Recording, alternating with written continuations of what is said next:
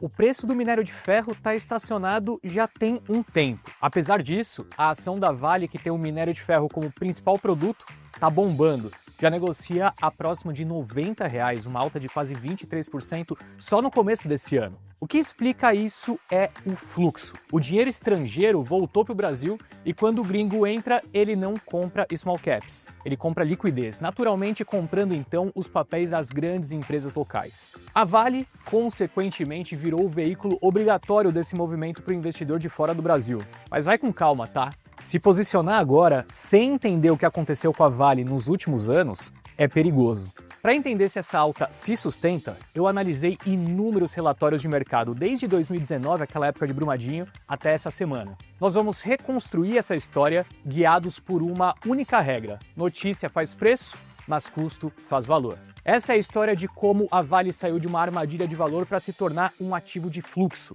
Meu nome é Henrique Stetter e esse é o Pulso do Mercado. Nossa linha do tempo começa literalmente na lama, 27 de janeiro de 2019, a segunda-feira pós-Brumadinho. O mercado ainda estava sem entender direito. Por exemplo, o relatório do BTG Pactual daquela manhã tinha como título a seguinte frase: mais perguntas do que respostas.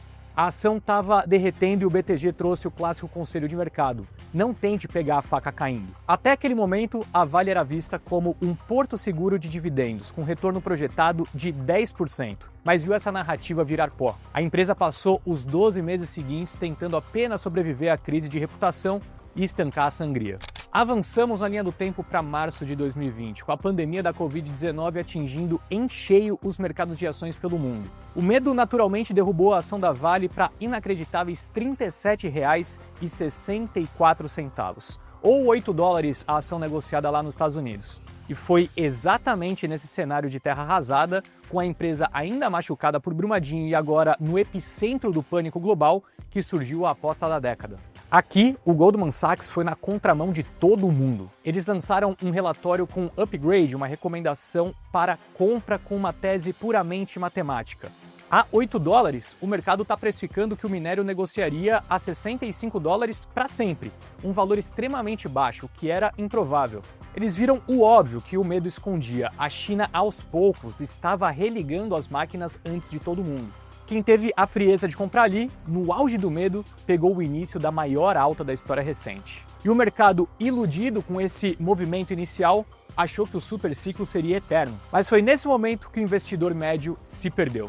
Um superciclo não dura para sempre. Guarde isso porque esse é um erro que quase todo investidor comete.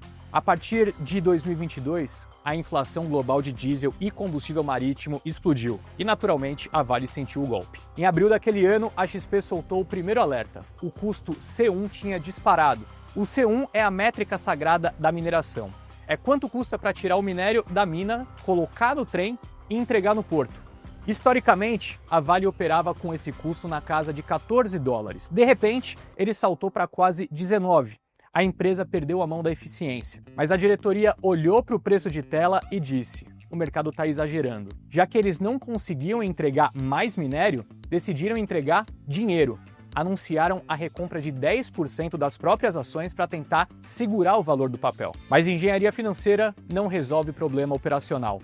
A recompra foi apenas um curativo e a deterioração continuou avançando nos bastidores. O fundo do poço operacional veio um ano depois, em maio de 2023. O Goldman Sachs, que já tinha se tornado cético na tese, cortou as projeções e tocou o alarme. A joia da coroa tinha enferrujado. Primeiro, a qualidade do minério da Vale, que sempre foi acima, caiu para 61,6%. Para você ter noção, o padrão de referência global é 62%. Pela primeira vez, então, a Vale entregou um produto pior que a média do mercado. Segundo, o break-even, o preço mínimo que o minério precisa ter para a empresa não ter prejuízo.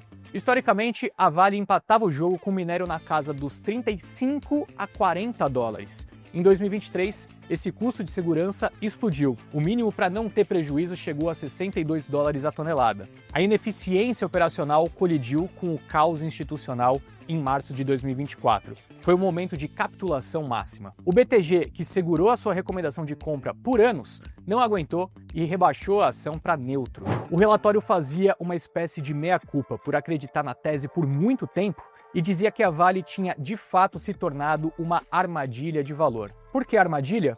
Porque além da pior operacional, a governança foi para o ralo. Primeiro, a sucessão do CEO virou uma novela, com Brasília tentando emplacar nomes políticos na marra. Segundo, havia o fator Cosan. O grupo do Rubens Ometo, que tinha comprado 5% da Vale lá em 2022, prometendo trazer uma visão de dono, agora estava em atrito no conselho. O mercado passou a temer que a Cosan precisasse vender suas ações para pagar dívidas. Isso criou um overhang. Quando um acionista gigante está prestes a vender uma ação, ninguém compra esperando o movimento acontecer. A Vale naquela altura negociava a apenas 4 vezes o seu EBITDA, mas ninguém queria ter. O suposto desconto embutia o preço da briga de sócios e do risco político, operacional e judicial. Mas no final de 2024, a Vale encerrou a novela da sucessão. O escolhido foi Gustavo Pimenta, o então diretor financeiro da companhia, um nome técnico e respeitado pelo mercado. Com a caneta na mão, Pimenta resolveu um segundo problema quase de imediato. Assinou o cheque de 170 bilhões de reais para encerrar o processo de Mariana. Doeu no bolso, mas limpou o risco no horizonte. O mercado entendeu que o cenário estava mudando, principalmente em relação à China. Mas provavelmente o setor imobiliário de lá, que foi o responsável por puxar o preço do minério por muito tempo, nunca mais levaria o minério aos $150 como anteriormente. Sem a ajuda no preço do minério, a única saída para a Vale era retomar o caminho da eficiência. E ela entregou. Em 2025, a Vale bateu o topo da meta de produção, entregando 323 milhões de toneladas. O Sistema Norte, em Carajás, que é a máquina do dinheiro da empresa, recuperou a sua estabilidade operacional, operando sem as interrupções mecânicas e atrasos de licença dos anos anteriores. Isso foi fundamental para compensar as chuvas no sul. O resultado dessa estabilidade, então, foi muito relevante. Aquele custo C1 que assustava todo mundo em 2022 voltou a cair. Além disso, a empresa passou a tesoura no CAPEX, cortando investimentos duvidosos e limitando o investimento do ano a 5 bilhões e 900 milhões de dólares. Dá para resumir essa virada toda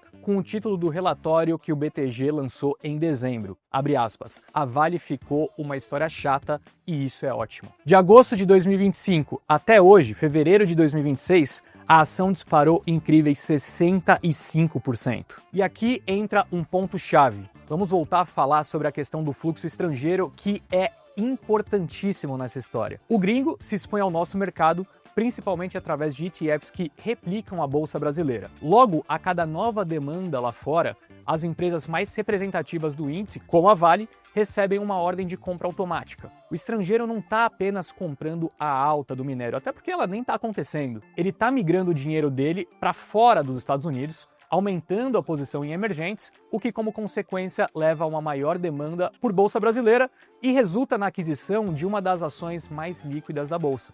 A Vale, atualmente flertando com os R$90, deixou de ser uma aposta na sorte da commodity para virar uma tese de disciplina de capital. Mesmo que o minério estacione próximo dos $100, ela está extraindo a 20. O excedente vira dividendos de 10%, além de recompras de ações. Ela não precisa de um novo superciclo, ela só precisa manter a máquina girando. Mas lembre-se aqui de uma coisa importante. Empresas ligadas a commodities dificilmente podem ser tratadas como um casamento definitivo, e sim como uma alocação, por conta dos riscos controláveis e não controláveis do segmento. A Vale não ficou sexy, ela ficou previsível. E no mercado, emoção é risco. O tédio muitas vezes é o que dá lucro.